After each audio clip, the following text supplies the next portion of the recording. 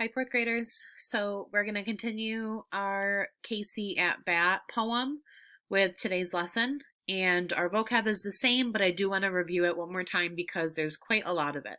So the first word is defiance, and that is a noun that means disobedience. So not following what someone tells you to do. Ease is a noun that means a feeling of comfort or relaxation. Fraud is a dishonest action. Lusty means healthy and strong. Melancholy means sadness. Multitude is a large group. Patrons are people who support something or fans. Stern is an adjective, strict or harsh. Stricken is an adjective, upset.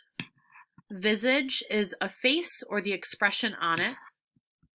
A hyperbole is an exaggerated statement, and it's a figurative type of statement. And then a quatrain is a 4-line stanza. Okay, so we're going to read Casey at Bat one more time today. As I'm reading, please make sure to picture this poem happening in your brain. Try to imagine and visualize what the characters are doing and how they're feeling. The outlook wasn't brilliant for the Mudville 9 that day. The score stood 4-2, with but one inning more to play. And then when Cooney died at first, and Barrows did the same, a sickly silence fell upon the patrons of the game. A straggling few got up to go in deep despair. The rest clung to the hope which springs eternal in the human breast. They thought, if only Casey could but get a whack at that, we'd put up even money now with Casey at the bat. But Flynn preceded Casey, as also did Jimmy Blake, and the former was a hoodoo, while the latter was a cake. So upon that stricken multitude, grim melancholy sat, for there seemed but little chance of Casey getting to the bat. But Flynn let drive a single, to the wonderment of all, and Blake, the much despised, tore the cover off the ball. And when the dust had lifted, the men saw what had occurred. There was a Jimmy safe at second, and Flynn a hugging third. Then from 5,000 throats and more there rose a lusty yell. It rumbled through the valley, it rattled in the dell. It pounded on the mountain and recoiled upon the flat. For Casey, mighty Casey, was advancing to the bat. There was ease in Casey's manner as he stepped into his place. There was pride in Casey's bearing, and a smile lit Casey's face. And when responding to the cheers, he lightly doffed his hat, no stranger in the crowd could doubt 'twas Casey at the bat. 10,000 eyes were on him as he rubbed his hands with dirt. 5,000 tongues applauded when he wiped them on his shirt. Then, while the writhing pitcher ground the ball into his hip, defiance flashed in Casey's eye, a sneer curled Casey's lip. And now the leather-covered sphere came hurling through the air, and Casey stood a-watching it in haughty grandeur there.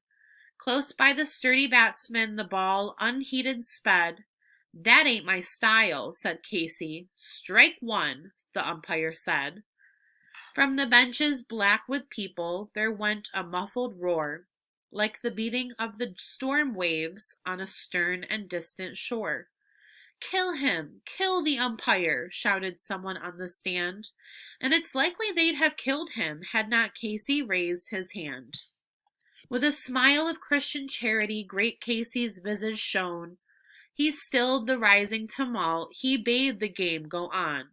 He signaled to the pitcher, and once more the dun sphere flew. But Casey still ignored it, and the umpire said, "Strike two."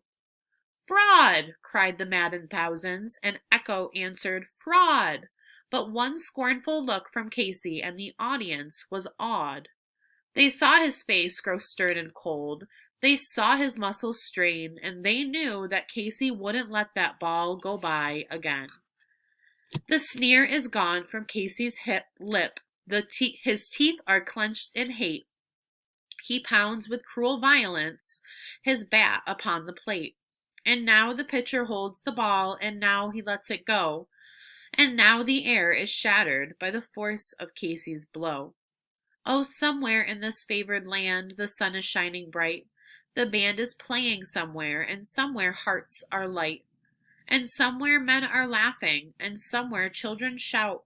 But there is no joy in Mudville. Mighty Casey has struck out. Okay, number 1 asks, what is a stanza? That's a review question. Number 2, count or number the stanzas in the poem Casey at Bat. How many stanzas does it contain? And then how many lines are in each stanza? And then you're going to write down all of the words in the first stanza that rhyme.